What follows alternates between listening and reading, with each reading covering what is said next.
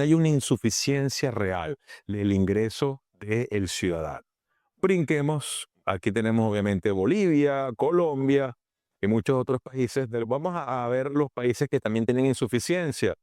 El único es de allí para abajo, bueno, tu ejemplo, tiene un salario mínimo promedio de 335, perdón, un salario mínimo de $335 y una canasta básica de 340. Argentina tiene un salario mínimo de $833 y una canasta básica familiar de $580. Y en el caso de Venezuela, todos sabemos que por ley tenemos un salario mínimo en $3. Es 130 bolívares realmente, que ya no son ni $3. Esto es una data evidentemente general, publicada, pero realmente cuando se publicó eran $3, ahorita 130 bolívares son centavos de dólar.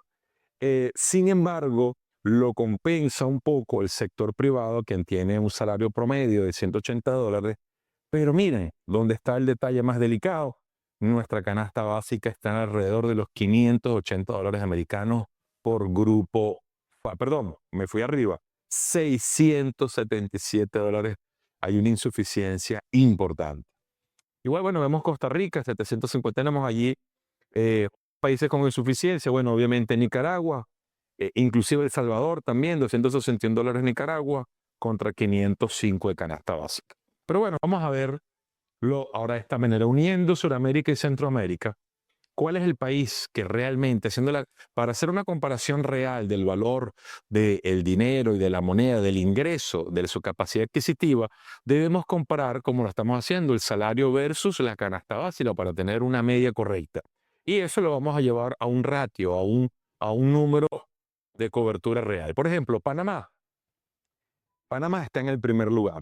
Tiene desde el del salario mínimo, entendiéndolo desde el salario mínimo, ¿ok? Tiene un salario mínimo de $636 americanos con una canasta básica de $290, dándole una cobertura de 2.19 veces el salario mínimo sobre la canasta básica. Venezuela, si nos vamos a los peores casos, los países en insuficiencia, bueno, después le sigue Costa Rica con 2.08 veces la canasta básica, Brasil con 1.96, Colombia con 1.85, claro, gracias al último aumento del salario que seguramente va a empujar la inflación, pero bueno, es otro tema, con $446 de salario mínimo versus una canasta básica de 240. Y bueno, nos encontramos con los países en negativo. Perú, como lo dijimos hace rato, los peores países, Nicaragua, con un ratio de 0.51, es decir, apenas cubre la mitad del salario. Argentina, con un 0.40, apenas cubre el 40%. Y Venezuela, que prácticamente, según el salario mínimo legal, no cubre prácticamente nada. Pero todos sabemos que en Venezuela, realmente el ingreso del ciudadano mínimo no es ese. Esa es la verdad. Tenemos que ser realistas, que no es por defender a nadie. Todos los que me conocen y siguen mis redes hace años saben que yo trato de siempre ser objetivo en toda situación desde el punto de vista financiero, haciendo un análisis macrofinanciero. Entonces vamos a ver el salario promedio real de Venezuela, incluyendo con el sector privado. ¿Ok? De allí podemos tener una idea general, bueno, de todos los países. Si vemos el salario promedio del país, ¿ok?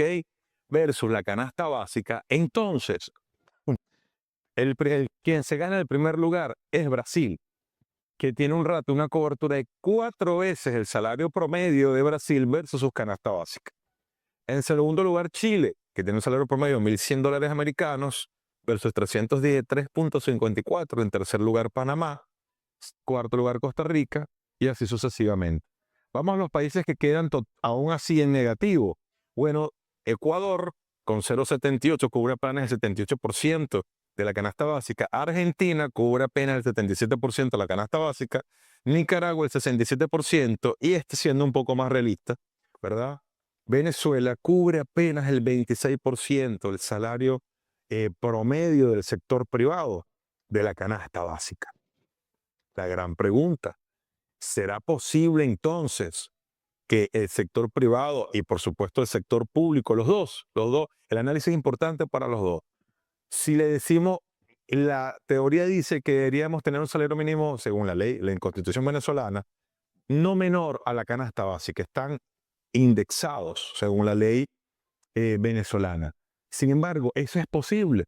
Si yo le digo hoy al empleador privado, mira, paga $700 mensuales el salario mínimo, ¿podría la empresa privada hoy? Muy pocas empresas podrían hacerlo, muy contadas con los dedos quizás. Las grandes industrias, ni de cerca creo que podrían hacerlo. Pero bueno, ahora el sector público, que es donde está el grueso de los empleados, más de 8 millones de empleados en Venezuela, esa en la nómina formal, pero el informal yo creo que había casi los 10 millones, ¿verdad? ¿Podría Venezuela hacerlo? Ahí es donde nos vamos a enfocar, porque la solución que yo voy a plantear hoy es una solución que nos va a ayudar a todos y que así nos va a ayudar también a entender financieramente cuál es la crisis verdadera desde el punto de vista financiero de este país. Veamos la próxima lámina. Fíjense, este es el cálculo de la nómina pública mensual, estimado a marzo de 2026. ¿Ok? Fíjense, los trabajadores públicos activos hoy en Venezuela rondan entre los 2.8 y 3 millones de venezolanos, con un ingreso promedio, según la ley venezolana, de $160. Muy bien. Eso da un subtotal en millones en la nómina venezolana pública de trabajadores, por lo menos los formales, de $448 millones que tiene que desembolsar mensualmente el Estado. Entre los jubilados de la administración pública tenemos 1.2 millones de jubilados de la administración pública, ¿verdad? Llevamos por 4 millones. Y ellos tienen un ingreso promedio, según lo que las fuentes oficiales informan, que pagan, ¿verdad? Que tienen de jubilación $115. Obviamente sabemos al cambio del BCB oficial. Eso hace que el Estado desembolse $138 millones mensuales más.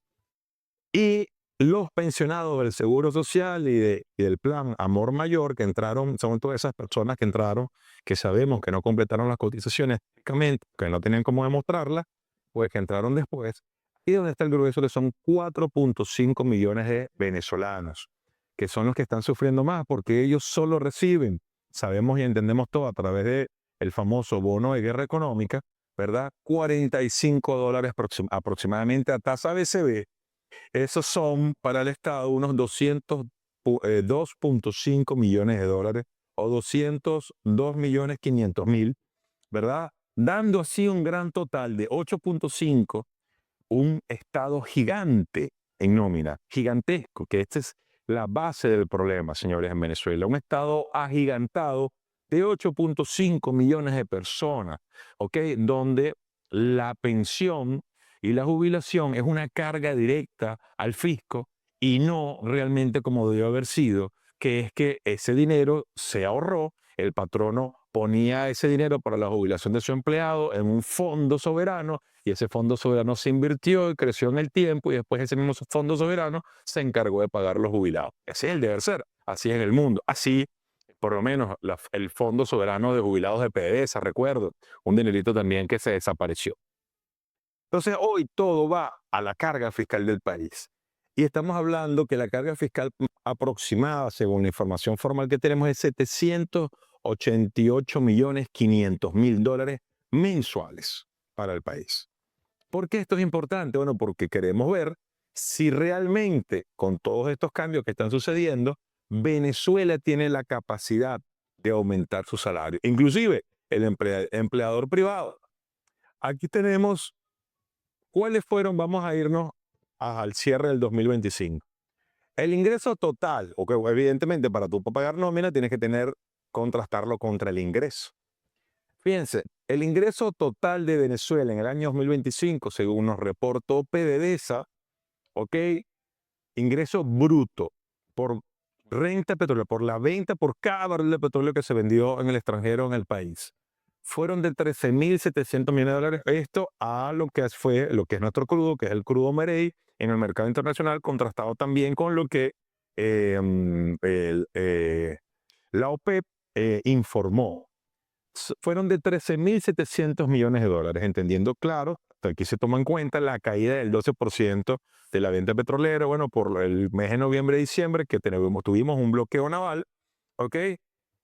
Y también la caída del promedio que tuvo el crudo Merey, el petróleo Merey venezolano. Eso nos generó un promedio mensual de ingresos de 1.141 millones de dólares. Recuerde, nada más la nómina del país entre pensionados y jubilados es 788 millones y medio. Eso representó el 53% de los ingresos de Venezuela en total. Ahora, todos podemos recordar, hace 2 de enero se reportó el ingreso del CENIAT como un gran logro del presidente Maduro, quien, bueno, informó en millones de bolívares, si no me equivoco, cuánto fue el ingreso del CENIAT, y ese enero dio la orden pública de duplicar ese ingreso por recaudación, lo cual, para los que entendemos el tema un poquito, nos alarmamos porque ya en ese momento había una voracidad fiscal real muy fuerte que no solo golpea al empresario, sino golpea duramente al producto final, al precio final del producto. ¿Y quién paga eso? Pues los ciudadanos a pie. ¿Y quién entonces es el más golpeado, para repetir lo mismo? Pues el más débil, el que gana menos dinero. Ahora bien, si sumamos que por recaudación tributaria, al final de 2025, Venezuela tuvo ingresos por primera vez en la historia casi iguales a la renta petrolera, recordando que Venezuela siempre ha sido un país de donde su 80-90% era ingresos por renta petrolera, ¿verdad? En estas circunstancias, Venezuela recaudó 12.119 millones de dólares, un promedio mensual de 1.010 millones, dando un total entonces, lo que representó el 47%, dando un total de ingresos brutos, es decir, todavía no hemos pagado todos los costos para poder producir este petróleo, e inclusive esta recaudación, de 25.819.000 dólares, ¿ok? Dándonos un promedio mensual de 2.151 millones de dólares al mes. Si este es el ingreso bruto del país, tenemos nada más en nómina, que ahí entran estos gente del CENIAT también, y por supuesto esta nómina, y toda la nómina venezolana de 788 millones, lo que saben de empresas, saben que eso es una relación terriblemente mala, que tu nómina represente tanto de tu ingreso bruto. Pero ahora vamos a la parte más triste. ¿Cuánto representa realmente el ingreso neto, sobre todo el de la industria petrolera?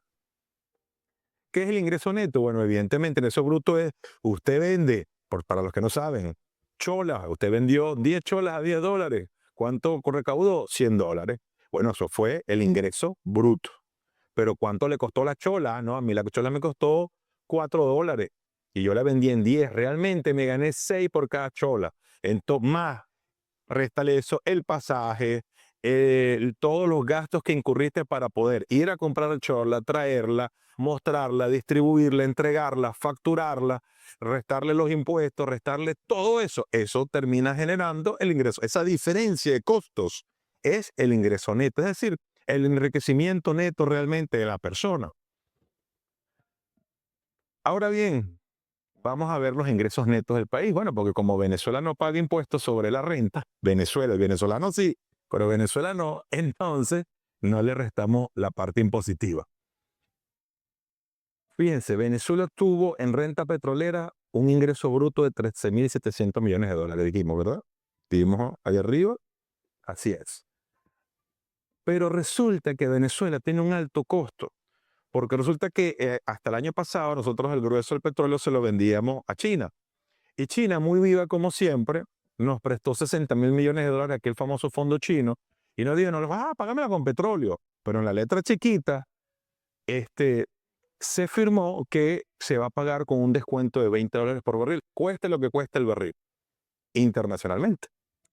Entonces, bueno, la deducción de este ingreso bruto es del 50, eso adicionalmente lo que se amortiza deuda y una cantidad de todas las deducciones que realmente tenía el país conocida formalmente. Estamos hablando de que el 52%, ojo, y en Venezuela explotar el petróleo en muy buen costo comparativamente con todos los países del mundo, gracias a Dios. Pero bueno, fue con todo el pago de deuda y el pago de costos y todo esto, De esos 13.700 millones de dólares, solamente 6.600 millones de dólares realmente más o menos se estima que le quedaron al país. Y cambia la cosa. Entonces ahora entendemos por qué el Estado se ha impuesto tan duro con las fiscalizaciones y la recaudación. Entonces realmente la renta petrolera ha representado para Venezuela solo el 35% del presupuesto nacional. Y aquí el CENIAT, ¿verdad?, recaudó más de 12.000 millones de dólares, siendo 2/3 del ingreso total venezolano. Esto incluye IGTF, sabiendo también que el IGTF se quitó el año pasado en bolívares, pero bueno, en dólares, que es el grueso. Esto incluye, evidentemente, la voracidad fiscal formal nacional. Yo no estoy muy seguro porque, bueno, la data que tenemos, evidentemente, es un poco limitada, pero que la mayor voracidad fiscal del país realmente estuvo en las alcaldías, porque el Estado, imposibilitado de entregar situado con constitucional y de ayudar y dar créditos a las alcaldías, a los municipios, pues le dio cancha abierta. Y apenas hace 2 años se aprobó una ley de armonización tributaria porque las alcaldías se volvieron locas y empezaron a hacer lo que les dio la gana. Y bueno, no vamos a entrar en muchos detalles. Y bueno, quebraron al poco tejido empresarial que quedaba en Venezuela. Ahora vamos a contrastar esta realidad, ¿verdad? Ingresos totales y ingresos netos reales. Muy bien. Para que tengan una idea, el promedio de la OCDE, de los países de la OCDE,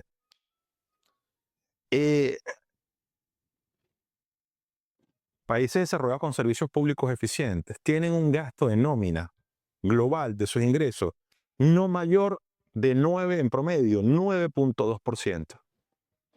Venezuela tiene un ingreso final de 18.719 dólares y un gasto anual, vivimos allá atrás, de 788 millones y medio de dólares solo en nómina, ¿ok? Estamos hablando, vamos un momentico aquí, esto mensual, multipliquemos 788 millones de dólares, vamos a multiplicarlo aquí rapidito, por 12, creo que eran 9.000 y pico que yo lo había calculado. ¿Dónde me quedó esto? 9.462 millones de dólares. Es decir, que Venezuela tiene un ingreso de 18.700, ojo, aquí faltan otros costos, vamos a hablar de 18.000 dólares, millones de dólares, 18.000 millones de dólares, y tiene un gasto nada más en nómina de 9.462 dólares. Esto representa 18.719, ¿no? Si es este 19, hay de todo. Esto representa el 50.5%. O sea, gastamos más hay más en carga pública que en los demás. Señores, entendamos algo. En un país promedio va entre el 8 y el 11% la nómina del Estado, demostrando el gigantesco Estado venezolano. Pero recuerden, no solo el Estado tiene que pagar nómina, tiene que hacer mantenimiento, vialidad, iluminación, alumbrado. Todos los problemas de los desastres naturales, atenderlos. Tú te preguntarás entonces, ¿de dónde saca el Estado para hacer todo lo demás? Bueno, el presupuesto es bien pequeño y por eso pocas obras públicas tú ves. Muy pocas obras públicas tú ves. Obviamente no sabemos allí cuáles son los ingresos de los actos ejecutivos del Estado. Pero evidentemente, si tú te entiendes que el promedio del mundo debería ser el 9% de esos 18.000, solo 1,5 millones de dólares en nómina y lo demás para mantener el Estado, porque hay países con Producto Interno Bruto pequeñitos, con ingresos pequeños también, pero no tienen esta carga social. Entonces tú te dices, ajá, si el Estado aumenta el salario, entonces no tiene real para más nada. no tendría dinero para más nada. Con solo aumentar el 100%, no podría ni aumentar ni duplicar los salarios hoy, ni las pensiones, ni las jubilaciones. Ahí es donde estaba todo trancado. Pero ¿dónde yace el problema principal? El Estado se enfocó estos años a aumentar la recaudación a trocha y mocha. Y esto termina golpeando al más débil, el que gana menos, y a todo el mundo, nos golpea a toditos.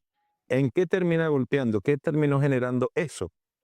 Termina generando en la base del problema principal.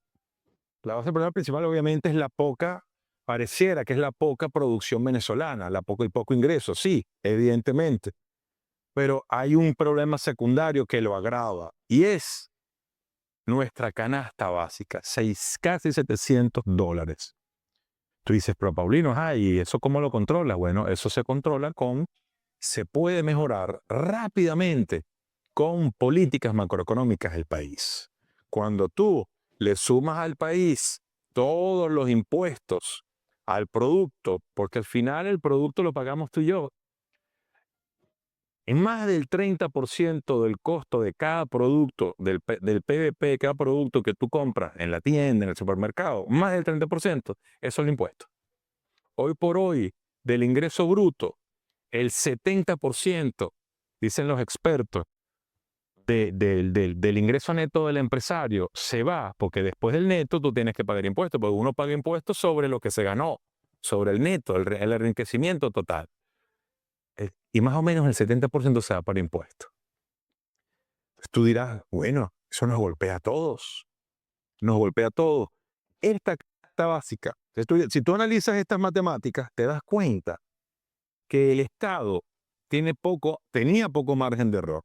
Ahora bien, hoy se habla de un ingreso petrolero posible adicional, ¿verdad? Sobre este ingreso de 13.700 millones de dólares, de 12.000 millones de dólares extra por el pequeño cambio que ha sucedido, que es que ahora no le vamos a vender a descuento a China. Ahora todo el petróleo se está yendo, de paso que está aumentando la producción petrolera, se está yendo a un mercado americano que en teoría nos va a pagar precio full, pero que evidentemente va a generar también algunos costos que todavía se desconocen.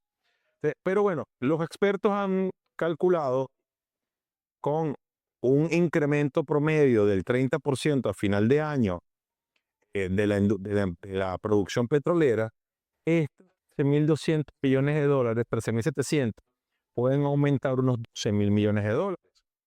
Seguramente va a ser mayor cuando por el promedio, sabemos como cuánto tiempo va a durar la guerra contra Irán, porque bueno, el precio del barril del petróleo pues ha venido subiendo más de 50%, o sea, ha bajado, subido hasta el Volapi. Pues bueno, no sabíamos, supongo. Vamos a promediar, sean unos 15.000 millones de dólares. Entonces vamos a escribir acá, vamos a ver hacia la pizarra. Actualmente son 13.000 millones de dólares. 13.700. Más unos 15.000 millones más. Eso da un total de 28.700 millones de dólares. ¿Ok? En recaudación, por movimiento de dinero, supongamos que mantengamos los mismos 12.000 millones de dólares. Tenemos aquí un aproximado de 40.000 millones de dólares. Y así realmente, USD, dólares americanos.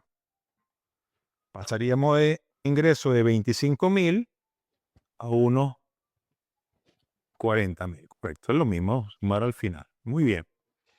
30.000 millones de dólares. Me oye, no me corto, ¿verdad? 40.000 millones de dólares. Ahora restemos eso. Actualmente, ¿verdad? Tenemos un país que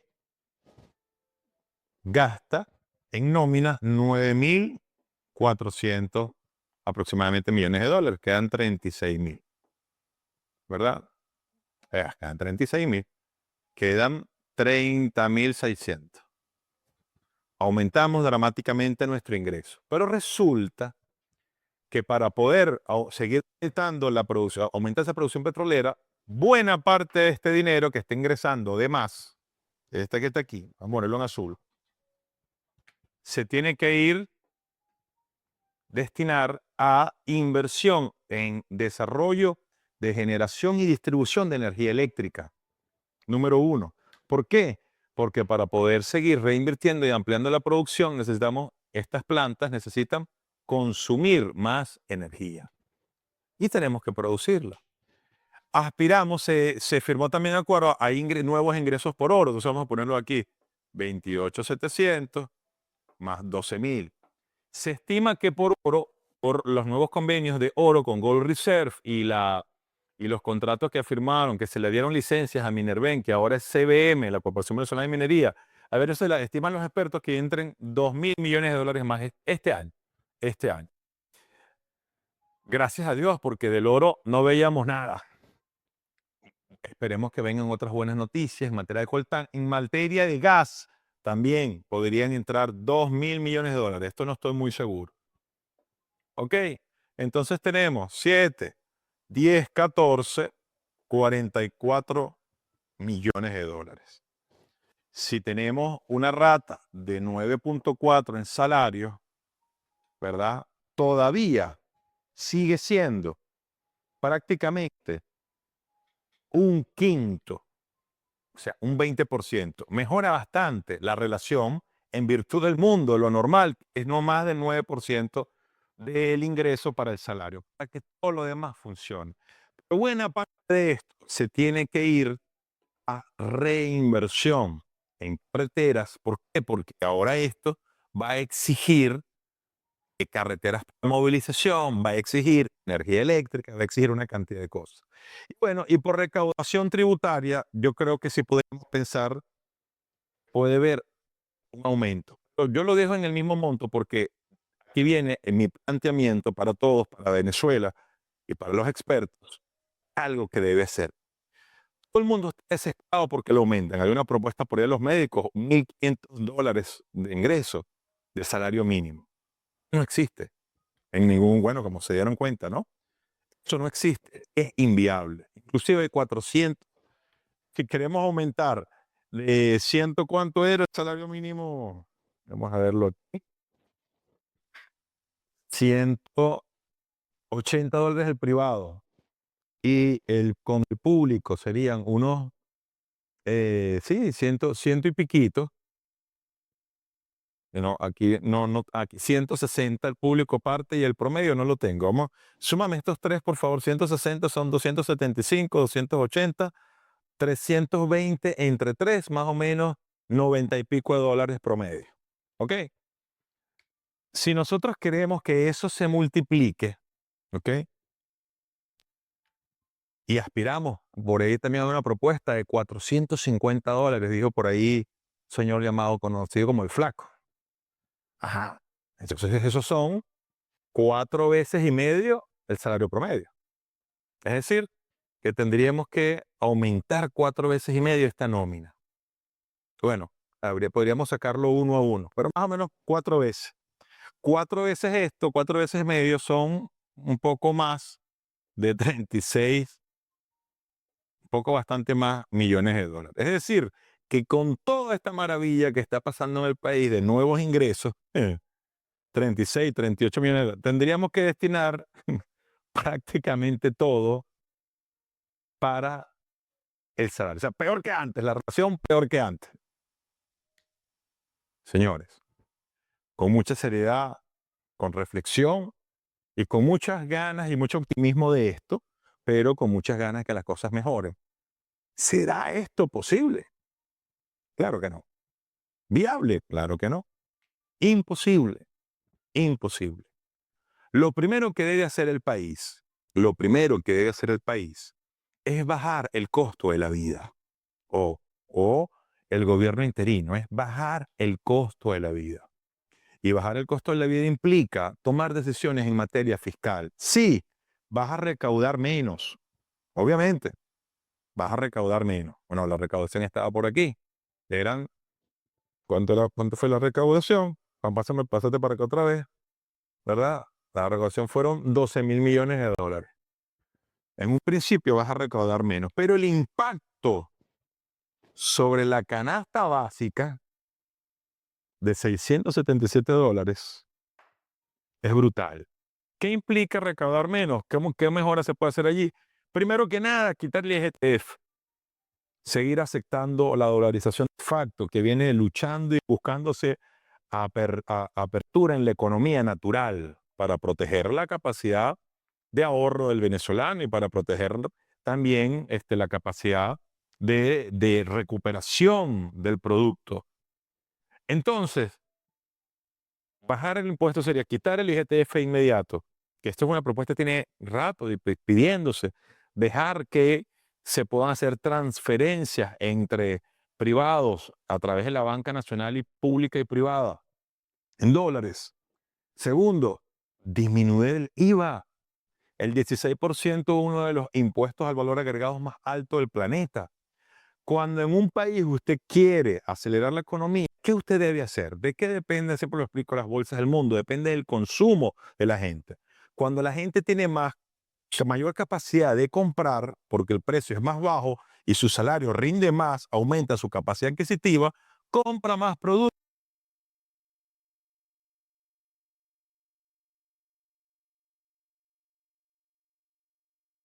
Lograr es que el precio de los productos bajen. No necesitamos, porque no es posible ni siquiera aumentar dramáticamente, porque el problema de Venezuela es que hay una abismal diferencia. No podríamos llevar el salario mínimo a $600, es imposible, no se puede. Ojalá fuese así. Ni el empresario privado lo podría pagar y mucho menos el empleador público.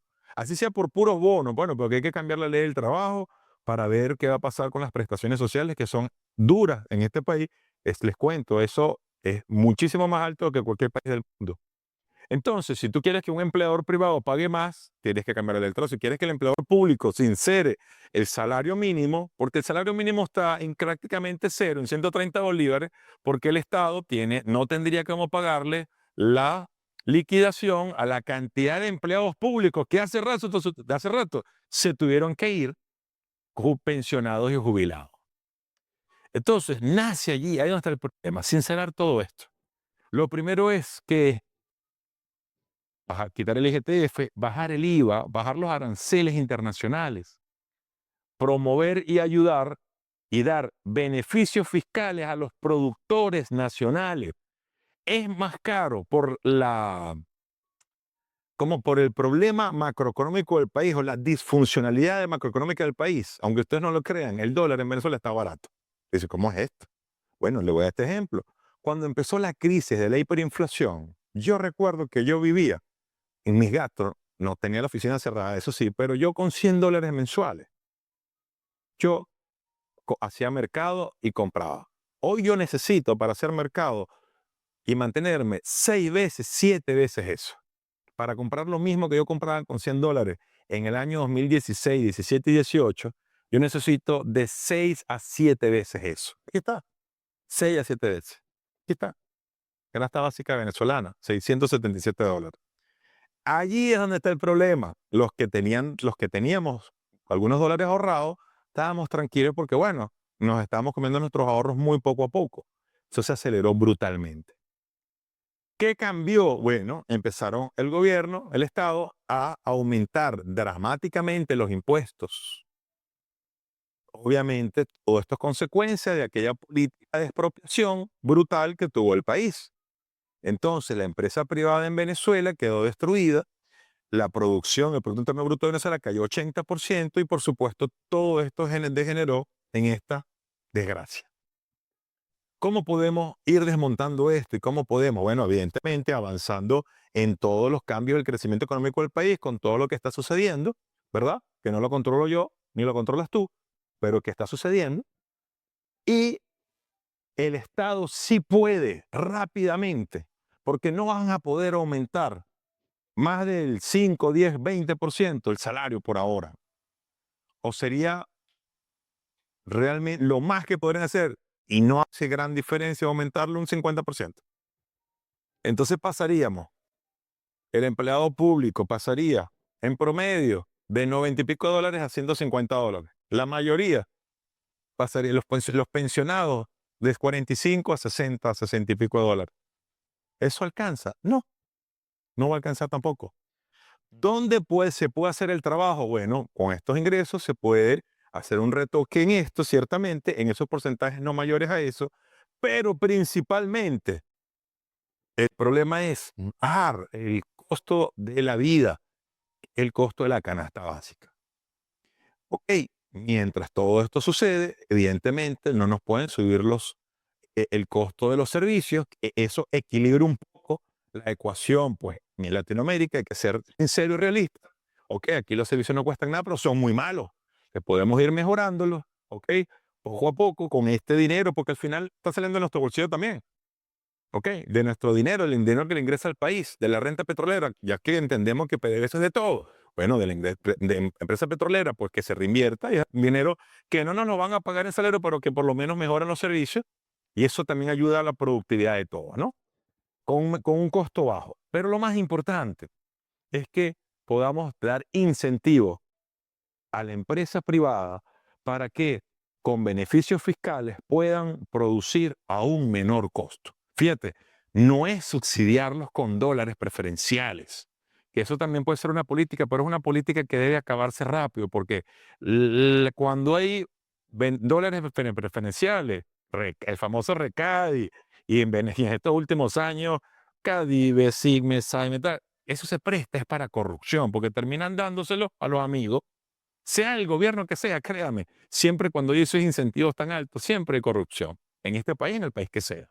Entonces, eso no ha funcionado y no funcionará, porque terminará siendo más corrupción que otra cosa. Pero cuando se hace libremente, ciudadano, como se está haciendo, esto es una buena noticia.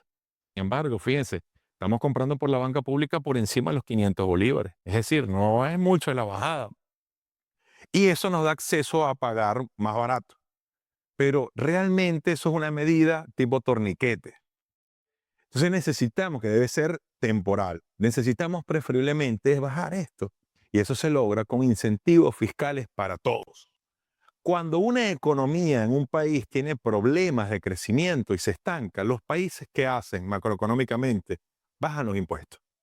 En el gobierno del presidente anterior de Colombia, lo sé porque en varias oportunidades, a mí me gusta mucho la marca Mario Hernández, sin publicidad, no tengo nada puesto Mario Hernández hoy, no puedo creer.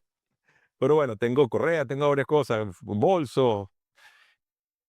La dueña de 3 tiendas allá en Cúcuta, me la presentaron, la conocí, tenía el número y bueno, mira, tal día es el día cero de impuestos sobre la renta, de IVA. Entonces, cada tanto tiempo había un día de IVA cero. ¿Qué pasaba? Explotaban las ventas. Hasta del país vecino llovían las ventas. Empezando por mí y por muchos. Entonces, ahí ustedes pueden ver que el incentivo y el secreto para incentivar el crecimiento económico de un país es mover la economía a través del consumo. Obviamente también el Ministerio de Infraestructura de un país, que bueno, eso se viene, es preferible buena parte de ese dinero, empezar a mover y dar empleo, buenos empleos con buenos salarios, a hacer grandes obras en este país. Enrique, ¿qué comenta Enrique? Ajá. Dar el impuesto de pensión. ¿Quitar el impuesto? De pensión. ¿Cuál impuesto es ese? Enrique, por favor, explícanos un poquito más qué te refieres. Entonces, eso es fundamental, sobre todo al aparato productivo del país, para que ustedes entiendan un poquito mejor. Los países, para poder ser competitivos en el mercado internacional y exportar, incentivar la exportación de nuestros productos, ¿se acuerdan de aquella famosa marca Norben? Bueno, eran productos con ese sello Norben de calidad. Bueno, pero ¿cómo Venezuela va a competir en el mercado internacional si tenemos un dólar falso, subsidiado? Cuando tú tienes un dólar subsidiado, es decir, que se lo estás vendiendo barato al ciudadano, tienes un grave problema, que como la paridad cambiaria, lo que le decía, del dólar es muy baja, no es real, entonces tú tienes un grave problema porque la estás controlando artificialmente, inyectando dólares a la banca, como se está haciendo ahorita, pero entonces el que exporta produce muy caro. ¿Por qué? Porque este producto producido en Venezuela cuesta hacerlo $3, porque $3 representan en bolívares muy poquito. Eso es un poco complejo de explicar, tendríamos que echar más números y hacer más láminas, pero es así. Entonces China, como política monetaria, devalúa su moneda, la debilita para poder mantener flujos bajos de costo de mano de obra y que las grandes empresas del mundo no se vayan. Entonces, ¿cómo podemos mejorar y catapultar esto? Bueno, con inversión extranjera. Y para tener inversión extranjera necesitamos, por supuesto, establecer un fuerte Estado de Derecho en Venezuela, donde se respete la propiedad privada, negociar en las grandes corporaciones para que entren a levantar las empresas básicas venezolanas, a invertir en pozos, lo que se hizo con la ley de petróleo, que ahora no se le exige a la empresa extranjera el 51% de las acciones sean solo venezolanas y ellos el 49%, y un 30% de impuestos. Fíjense, la ley de petróleo da el ejemplo de lo que yo digo. Antes la exigencia era en regalías el 30%, ahora lo bajaron al 15% y abrieron el compás para negociar según sea el caso. ¿Qué implica? Que hay pozos petroleros y hay negociaciones que se deben hacer en donde, bueno, yo voy a invertir 10.000, 100.000 millones de dólares, pero yo no puedo esperar 20 años para recuperarlo. Entonces necesito tener una alta productividad para recuperar en 5 años, por ejemplo. ¿Qué preguntan por allí? El mismo Enrique explica el 9% que le cobran a las empresas por el concepto de Ah, ok, ok. No, pero es que eso, ok. Fíjense, hace un par de años salió otra exigencia fiscal de que sobre el salario de cada trabajador el patrón debería hacer un aporte que es altísimo, del 9% de su salario para el fondo de pensiones, porque en virtud con eso se llevan a aumentar y mejorar las pensiones en este país.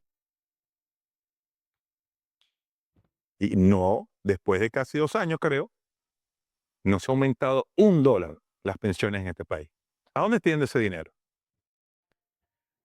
Todas esas obligaciones fiscales han golpeado duramente el precio final de la canasta básica.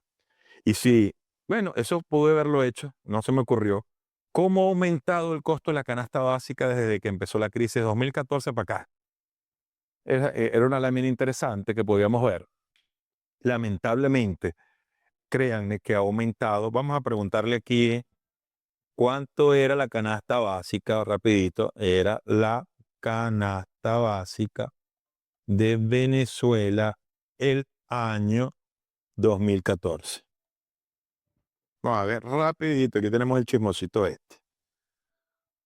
Ok, según el datos del Senda, mire, la canasta básica, la canasta alimentaria era de $108 al cambio oficial, en cambio bajo. La canasta familiar, $189, lo que representaba 6.2 salarios mínimos en ese momento.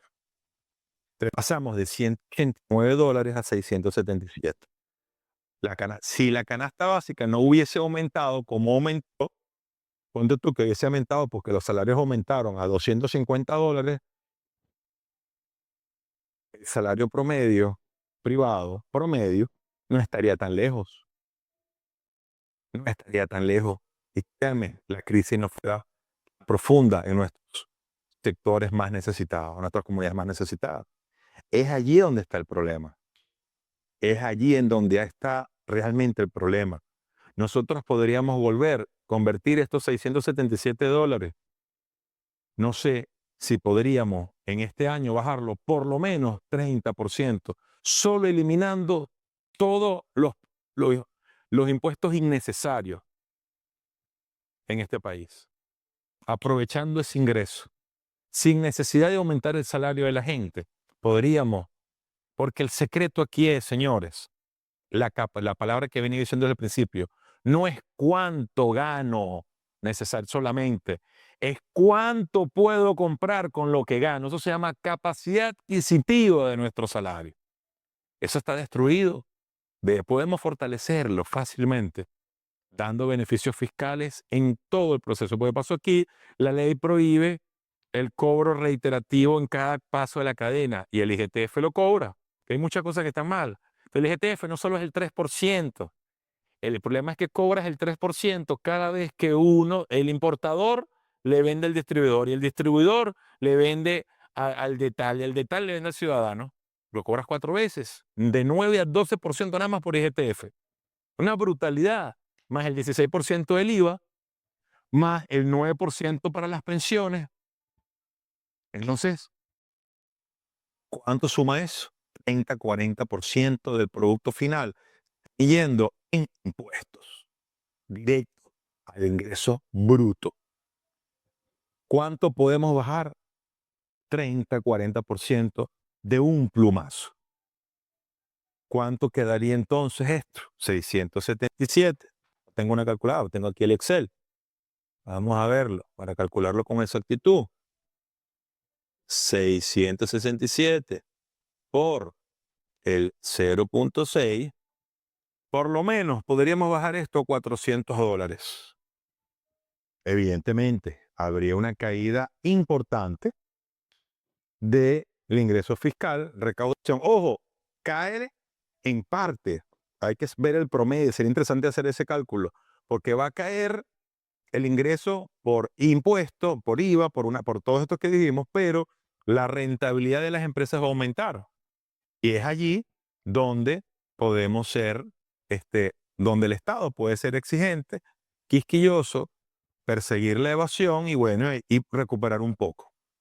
Pero realmente, créanme, que si seguimos, bueno, entonces si tú le pones que las alcaldías le cobran, bajó creo que al 2%, pero nos cobraban el 5% de la alcaldía por el producto, por el ingreso bruto. Cuando tú sumas, yo no soy experto tributario, pero cuando tú hablas con los amigos que sí lo son, tú sumas una barbaridad, 40 puntos. Entonces podemos bajar esos 40 puntos con decisiones macroeconómicas del país, señores gobernantes. Es allí la base del problema. Y eso no amerita y no necesita, ¿verdad?, crecer más, porque no le puedes pedir más peras al olmo, no le puedes pedir más a la leche, más leche a la vaca seca. Este país está seco. Ya vienen ingresos extraordinarios, maravillosos, gracias a Dios, por muchas cosas. Pero podemos compensar con eso absolutamente todo lo que va a caer, el ingreso tributario, pero esa caída va a ir directo en beneficio a la capacidad adquisitiva del venezolano. Yo les digo, les explico eso a mis empleados, pues dicen, oye, y yo sé, pues que hay expectativa, quieren ganar más, yo entiendo. Le digo, pero ¿qué tanto puedo producir? ¿Qué tanto más? Voy a trabajar solo para ustedes. $1,500 por empleado. ¿Va a pagar? ¿Cuánto voy a pagar? $8,000, $7,500 de nómina. Eso es viable. ¿Para quién voy a trabajar? Y no me gano eso mensual tampoco. Entonces, ¿qué va a hacer? Si tú haces un aumento desproporcionado sin negociar, sin sacar cuentas con el empresariado, ¿qué va a pasar? Esta canasta básica se va a volver a disparar. Y es lo que siempre han hecho, aumentar el salario y todo aumenta. ¿Por qué? Porque es un círculo vicioso. Es el perro persiguiéndose la cola. Al aumentar la nómina, aumentan los costos, aumenta la canasta básica. Pero no funciona así. Funciona al revés. Funciona al revés. ¿Hay alguna otra pregunta? ¿Qué dicen? Si baja el caje legal que tienen los bancos. Muy bien. El gran problema de este país, uno de los grandes problemas para que los empresarios crezcan, es la falta de crédito. ¿Ok? Los países en el mundo tienen el derecho legal de prestar el 80% de los depósitos y encajar solo el 20%. En Venezuela la fórmula es al revés. Se hizo esto y se redujo, se aumentó demasiado el encaje legal para que el banco prestara muy poquito a los bolívares que le entran. Esto en función de que, bueno, en función de que si tú sacas más bolívares al sistema, presionas más la inflación, más bolívares con menos ingreso de dólares. Ahora están ingresando muchos más dólares. Es decir, puedes empezar a liberar el encaje legal. ¿Por qué en liberar el encaje legal es importante? Bueno, porque sencillamente, más que tú pagar más salario, si lo haces por salario, caemos en lo mismo, en el mismo problema. Pero si lo haces por encaje legal y le permites al ciudadano tener crédito, y al empresario en especial tener crédito, entonces tú lo que vas a hacer, sin presionar tanto la inflación, porque lo compensas con tus otros ingresos, tú lo que vas a lograr es que el empresario aumente. Cuando un empresario tiene crédito y aumenta sus líneas de producción, porque todo esto va de la mano de un aumento de la capacidad de compra del venezolano. Aumenta la capacidad de compra del venezolano, la gente va a comprar más. A la gente comprar más, obviamente el empresario él va a vender más. Pero y el costo donde se ve es en el que produce. ¿Qué sucede? Cuando tú tienes una empresa gigante, está Sindoni, tiene una estructura, una industria gigantesca, a mantener toda esa infraestructura tiene que vender bastante para minorar el costo. A mayor producción, menor costo. Eso se llama precio, se me fue el nombre, costo de producción. Costo de producción nace de que mientras tú más produces en el menor tiempo posible, evidentemente te cuesta menos. Con la misma cantidad de gente, en menor tiempo pagando nómina, produces más, solamente pagando un poquito más de luz y mantenimiento, tu costo por producto, entonces un kilo de pasta que cuesta producirlo, por decir un número, 0,40 y nos los terminan vendiendo en $1.2, oye, si tú bajas ese 0,40 fácilmente porque estás vendiendo más y puedes producir más y porque tienes beneficios fiscales y una cantidad de cosas, arriba a 0,20, parece bastante, pero se puede. Tú con duplicar la producción en el mismo tiempo que antes, porque tienes capacidad instalada en el país. Lo que no tenemos es luz para hacerlo, porque cuando no hay luz, entonces se paras tantas horas al día, pierdes, sigues pagando nómina, el tiempo sigue corriendo y pagas nómina ese tiempo. Cuando no tienes quien lo compre, no lo puedes producir. Entonces el costo de producción, tú lo puedes, en este país se puede reducir a la mitad fácilmente. Ya ahí te ahorraste. Desde ese 0,40 pasa a 0,20. De ese 0,20, pero entonces le empiezas a recargar todos los impuestos. Termina, ya no en 1,20, pero terminará en 0,90. Ya bajó. Ya bajó. Entonces, ¿cómo fue la pregunta que me fui porque estoy contando todo esto? Pero ¿cómo puede influir si va? Ajá, el encaje de todo esto. Ahora, ¿eso es posible con crédito? Ahora, más que el crédito y bajar el encaje legal, si nosotros permitimos una dolarización de facto, manteniendo las dos monedas para tener una política monetaria todavía manejable y maniobrable, lo cual es muy importante, dolarizar no es tan fácil y no es tan bueno, sobre todo un país sin reservas. Es otro tema que podemos hablar después. Pero cuando tú abres la posibilidad de préstamo, bueno, ven acá, si tú permites que el dólar fluya sin EGTF libremente por la banca y hay transferencia entre los privados en dólares, y entonces tú empiezas a ganar la confianza de la gente que deposita sus dólares porque no los vas a reventar con el 3% cada vez que los saque y tal, entonces mucha gente empieza a depositar dólares.